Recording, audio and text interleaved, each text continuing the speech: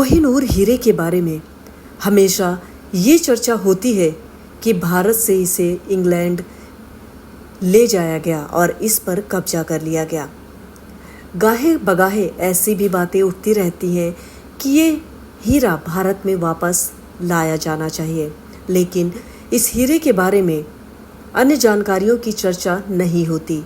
मसलन इसका पहला मालिक कौन था, इस हीरे का अलाउद्दीन खिलजी, बाबर, अकबर, महाराणा रणजीत सिंह से क्या नाता है, कैसे ये हीरा भारत से निकलकर इंग्लैंड पहुंचा और इंग्लैंड की रानी के सिर का ताज का सबसे बहुमूल्य रत्न बन गया। चलिए आज इसी के बारे में विस्तार से जानते हैं। कोहिनूर हीरे के बारे में कहा जाता है कि इसे ना तो कभी खरीदा गया, ना ही किसी ने बेचा। इसे या तो युद्ध में जीता गया या फिर किसी ने किसी को तोहफे में दे दिया। बीते 800 वर्षों से ये हीरा एक राजा से दूसरे राजा के पास घूमता रहा है।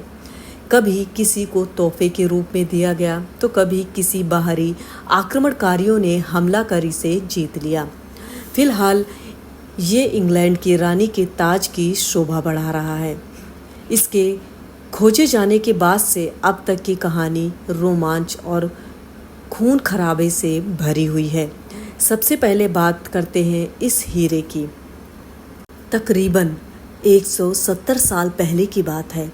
भारत की शान कोहिनूर हीरा भारत से इंग्लैंड पहुंच गया था।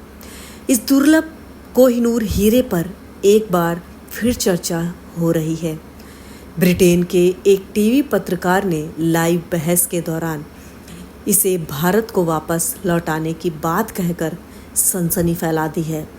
शुरुआत की बात करें तो सबसे पहले इसे भारत में खुदाई के दौरान निकाला गया, फिर खिलजी शासकों के पास गया जिनसे मुगलों ने छीन लिया।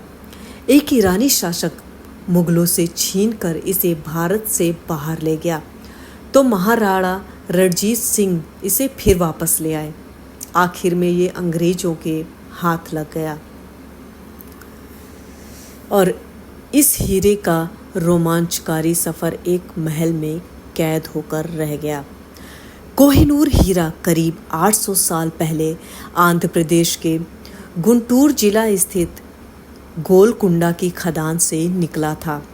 तब इसे दुनिया का सबसे बड़ा हीरा माना जाता था और इसका कुल वजन 186 कैरेट था। हालांकि इसके बाद से इस हीरे को कई बार तराशा गया और इसका मूल रूप 105.6 कैरेट का है, जिसका कुल वजन करीब 21.12 ग्राम रह गया।